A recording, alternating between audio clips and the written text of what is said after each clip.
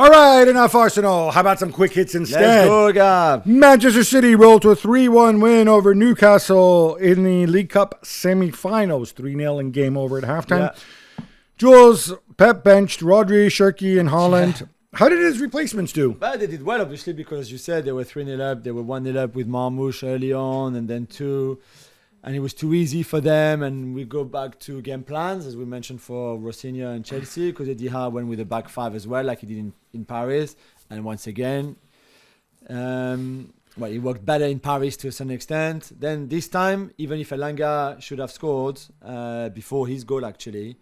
And after his goal, too, even more so, the Harvey Barnes chance. Yeah, I still think that it was not enough. And I still think that Eddie Howe saw this game as not the priority being the league and finishing in top 5, to go back to the chat that we had before. And they need Champions League money and football for next season, which they don't have right now. Because otherwise, how can you play for tomato in a game like this when you know, and we all know, that the City defensive line will be very, very high, and yet you've got this number 9 who cannot run in behind because that's not his game, instead of Wissa. So unless something was wrong with Wissa, he's got long legs. He can take large steps. Well, that's probably in Eddie Howe's dream, because in reality, that's not happening. So it was a crazy lineup from Eddie Howe that obviously didn't work out. They were 2-0 down from the first leg. They weren't going to overturn it anyway. So that's what I mean. It was not the priority. He didn't care. More Pep, Gab, he gave a pretty extraordinary press conference prior to this game, so on Tuesday, where he veered away from football.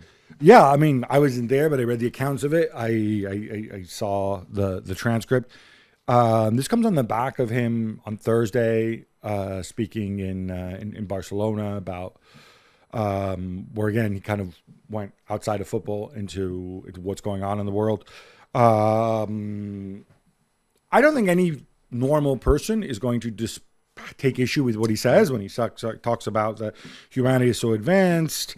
You know, we can go to the moon, but yet we're killing each other. And he says how much it hurts him to see people suffering around the world. And he mentions Ukraine and Russia and Gaza, uses the word genocide, which some people take issue with, and for which he suffered backlash. Again, I'm not getting into it. Make up your own mind. Then he mentioned Sudan, which is kind of funny because he's talking about the rapid response forces in Sudan and the civil war that's going on there. A lot of suffering. So Sudan has cited the United Arab Emirates in front of the International Court of Justice. In other words, his boss, the people who pay his salary, for financing these other forces. We'll see where that complaint leads. Yeah. So it's, and of course he weighs in on the events in Minneapolis as well, with the killing of Rene Good and Alex Pretty. And he says, how can this be defended? I don't know how this is going to go down. We've talked before about his mood, trying to read that. It's not something that we're accustomed to. Yeah. People are taught to keep their thoughts to themselves. I think if this continues, I think there's going to be some sort of reaction, whether it encourages other people to speak up or whether there's just a backlash and people are just going to say, stay in your lane. You can't use your bully pulpit for this. I mean, you can try with Pep, but he will never stop speaking his mind out, which I think is great for him, whether you agree or not. I think people should. I know it's only football, as a lot of people say, but he's a massive public figure and he has strong opinions, and I think it's right for him to express them and say exactly what he thinks. And I think he realizes that people will point to a certain hypocrisy as well, given where his employer, given Abu Dhabi, given Emirates and the situation there.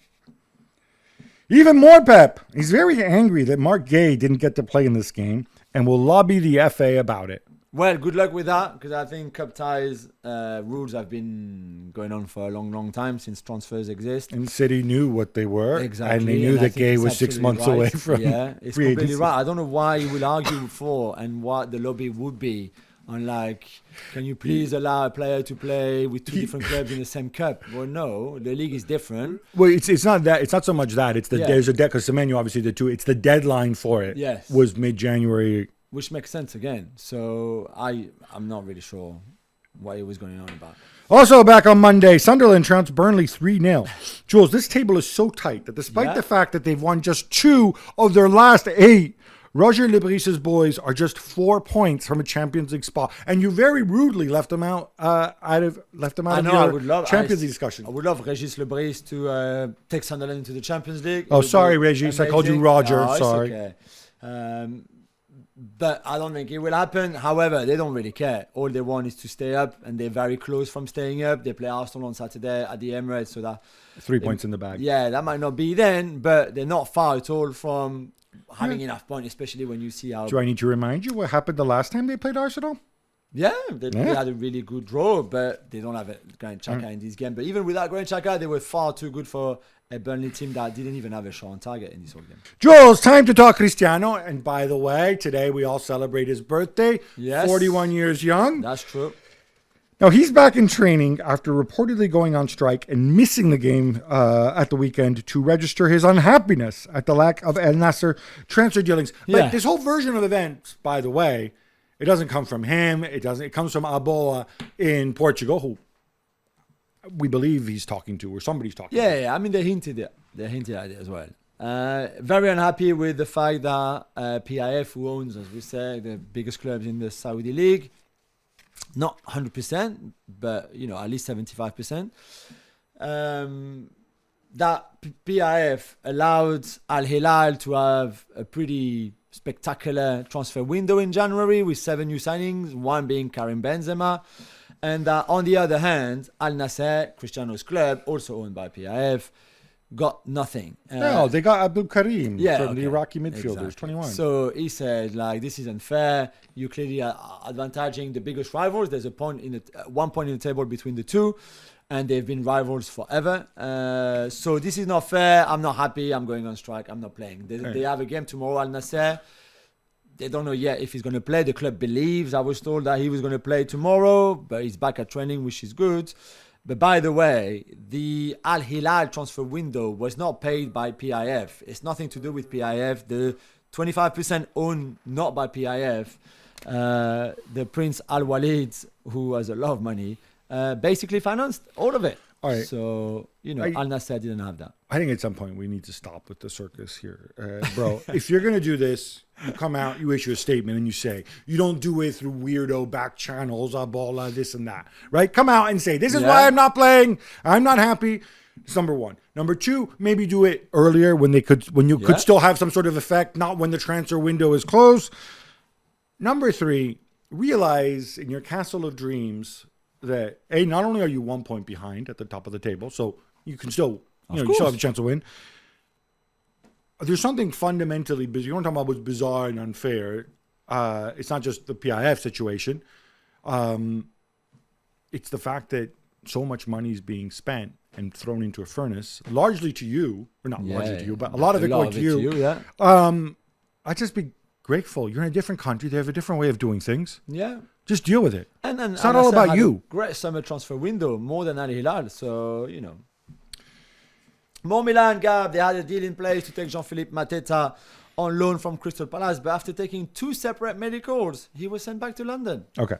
So it was funny. So there's a tradition here in England where we live, where people watch Sky Sports News on transfer deadline day. And in past years, it's been very exciting. Today was not exciting. Today, it was all about every 20 minutes, like, ooh, will Jean-Philippe Mateta pass his medical? I could have told you the night before. No, he will not pass his medical. He took a medical in London and then flew to Italy to do more medicals. I'm 99% certain Milan were never going to sign him. They had just but they just taken Füllkrug on loan, right?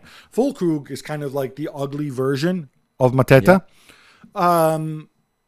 They already have Pulisic and Leao. They have Santi Jimenez, too, who's injured right now, but he's going to be back at some point. They have no European football. Nobody needs this many strikers. They really don't. So I don't know what happened. This is weird agent stuff. Milan doing somebody a favor by letting him see his doctor. I don't know. Maybe his medical plan at Palace was So you think he's not injured? There's nothing wrong with his knee? I think there's something wrong with his knee, but I think they knew it ahead of time. And I don't think they were ever going to sign him. Tottenham Hotspur have signed 18-year-old James Wilson on loan with an option to make the deal permanent. Jules, they reportedly beat out Arsenal to get him. Help Spurs fans get excited.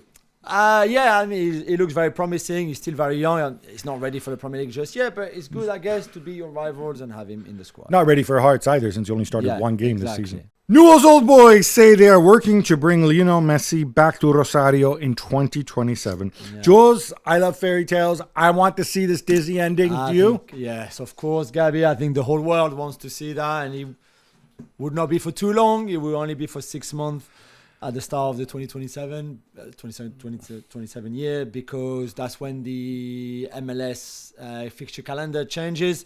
So there will be a time there where MLS don't have games. So it'd be perfect for him to be able to go and play there and then go back to Inter Miami, whom he's under contract until 2028. So I think on paper it looks like perfect. He's from Rosario, played there until he was 13 and left for La Masia. It's the dream of everybody there to see him back. I think it's his dream. He's mentioned it publicly already, to play in Argentina one day. If it's not now, after 2028, I think he'd be probably too old even to go back to Argentina and play for them. So why not? It's more complicated than that, with all obviously the money and the contract and everything. But it'd be so nice if it was happening. Yeah, I wonder what if my dream of seeing him and Cristiano play together. If Cristiano's a free agent or semi-retired at that point, no.